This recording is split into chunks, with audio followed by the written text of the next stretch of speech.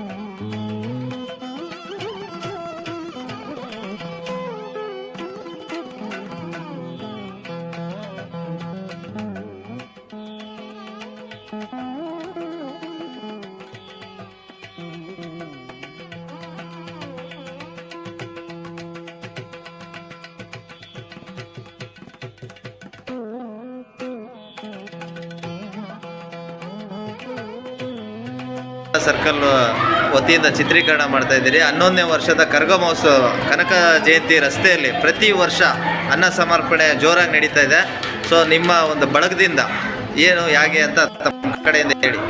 ಶ್ರೀ ಶ್ರೀ ಕಾಳಿಕಾಂಬಾ ದೇವಸ್ಥಾನದ ಹೂವಿನ ಕರಗದ ಪ್ರಯುಕ್ತ 11ನೇ ವರ್ಷದ ಹೂವಿನ ಕರಗದ ಪ್ರಯುಕ್ತ ಎಲೆಪೇಟೆ GMB ರಸ್ತೆಯಲ್ಲಿ ಪ್ರತಿ ವರ್ಷ ನಡೆಯುವಂತೆಯಲ್ಲಿ ಕನಕದಾಸರ ಭಜನೆ ಮಂದಿರದಲ್ಲಿ ಈ ಸರ್ತಿ ವಿಜೃಂಭಣೆಯಿಂದ ಅನ್ನ ಸಂತರ್ಪಣೆ ಏರ್ಪಡಿಸಲಾಗಿದೆ.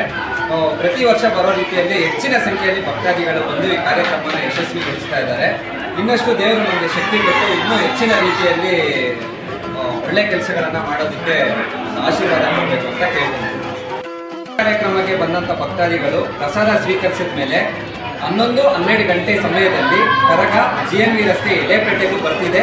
ಈ ವೇದಿಕೆ ಮೇಲೆ ನೃತ್ಯ ಪ್ರದರ್ಶನ ಕೂಡ ಇರುತ್ತೆ. ದಯವಿಟ್ಟು ಭಕ್ತಾದಿಗಳು ಪ್ರಸಾದ ತಗೊಂಡ್ಮೇಲೆ ಇಲ್ಲೇ ಕರಗ ಬರೋವರೆಗೂ ಇದ್ದು ದೇವರ ಕೃಪೆಗೆ ಪಾತ್ರರಾಗಬೇಕು ಎಂದು ವಿನಂತಿಸಿಕೊಳ್ಳಿ.